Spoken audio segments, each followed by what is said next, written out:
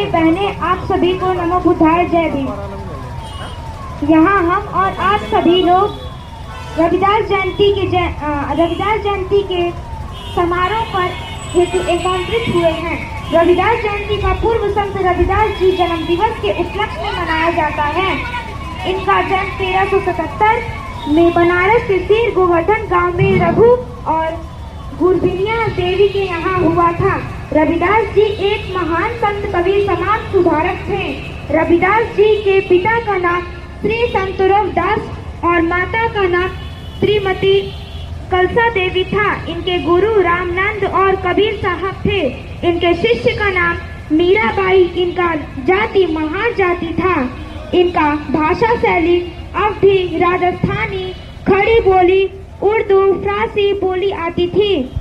संत रविदास के जन्म के विषय में भिन्न भारतीय हैं। कुछ विद्वान इनका जन्म 1377 तथा कुछ 1388 तथा कुछ विद्वान 1398 में मनाते हैं।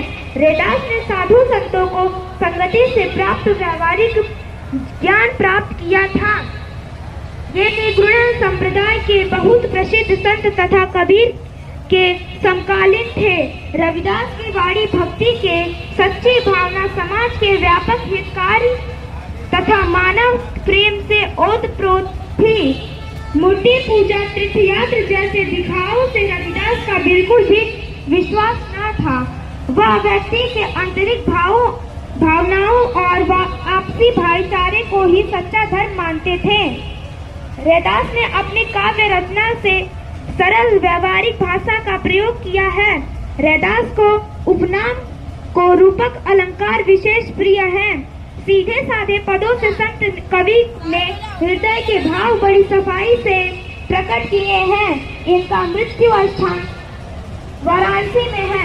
आइए कुछ संत रविदास जी के दोहे के बारे में जानते हैं।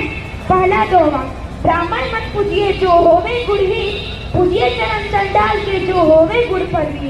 अर्थात इस दोहे में रविदास जी कहते हैं कि किसी को सिर्फ इसलिए नहीं पूजना चाहिए क्योंकि वह किसी पूजनीय पद पर है।